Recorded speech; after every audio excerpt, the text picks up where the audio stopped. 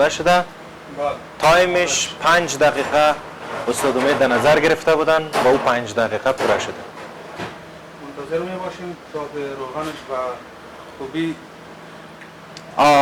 باید خوب منتظر باشیم تا روغنش بچکه و خشک شود و خشک شود.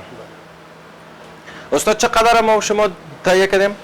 تقریبا 200 گرم 200 گرم از سینه مرغ استفاده کردن. او را به اندازه بسیار خرد ریزه کردن.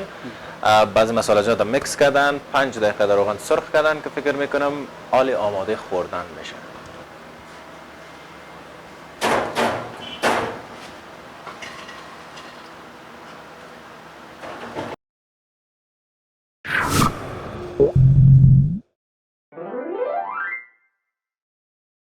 سلام، خوش آمدین به برنامه آشپزی. من حامد ولی و استاد امید بازم در خدمت شما قرار داریم. امروز استاد امید قرار است به ما یک غذای فوق العاده خوشمزه را معرفی کنه که او را من بسیار دوست دارم. استاد امید خوش آمدین به برنامه. کدام غذا است؟ تشکر. سلام بر دوستای عزیز.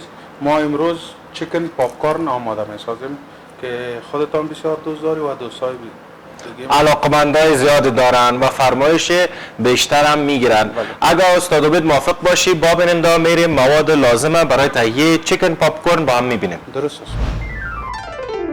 250 گرم گوشت سینه استفاده میکنیم. سینه مرغ بسیار عالی. و گشنیج خشک استفاده میکنیم. آب لیمو استفاده میکنیم. آب لیمو، لسان پاودر، لسان پاودر، ادرک پاودر، پودر ادرک، ولی مرچ دانه‌دار سرخ، مرچ دانه‌دار سرخ و مرچ سرخ پاودر، مرچ سرخ پودر، گرم مساله، رنگ شیرین، رنگ زرد و نمک چینایی، نمک ساده و سیر تازه. سیر تازه هم استفاده میگیریم. دوستان عزیز، چیکن پاپ کورن از نامش پیداست که به اندازه پاپ کورن می باشه. استاد امید بگه که ما قبل از اینکه طرف آشپزخانه بریم اینجا چیکن باید ریزه کنیم، به اندازه کافی توتیش کنیم که او را بر شما نشان میده.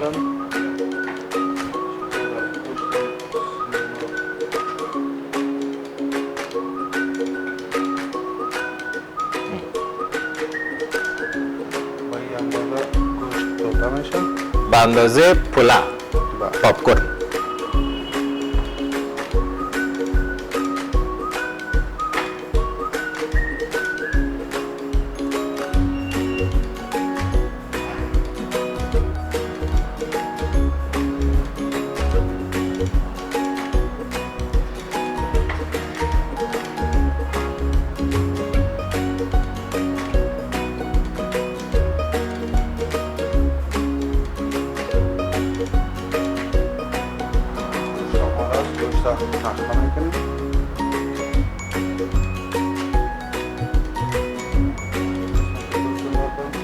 قاشق گشنیج خشک، آب لیمو،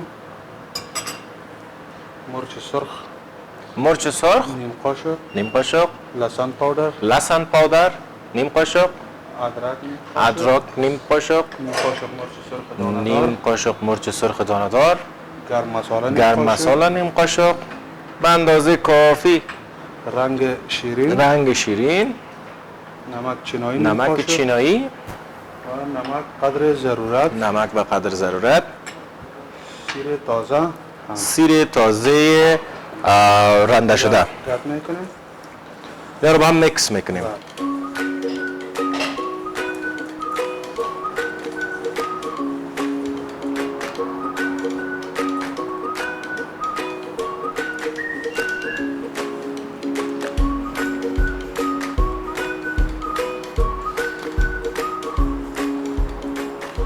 گوشت آماده است.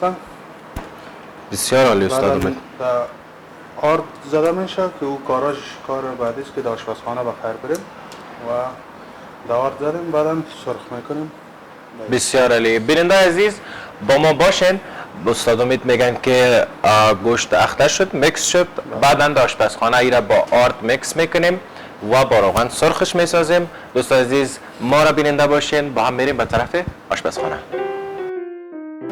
برگشتیم به آشپزخانه. دوستان عزیز ما بی صبرانه منتظر هستم که چیکن پاپ کورن آماده شود. استاد شما به ما گفته بودین بعد از اینکه به آشپزخانه آمدیم بعضی کارهای دیگه هم داریم، مثل از اینکه چی؟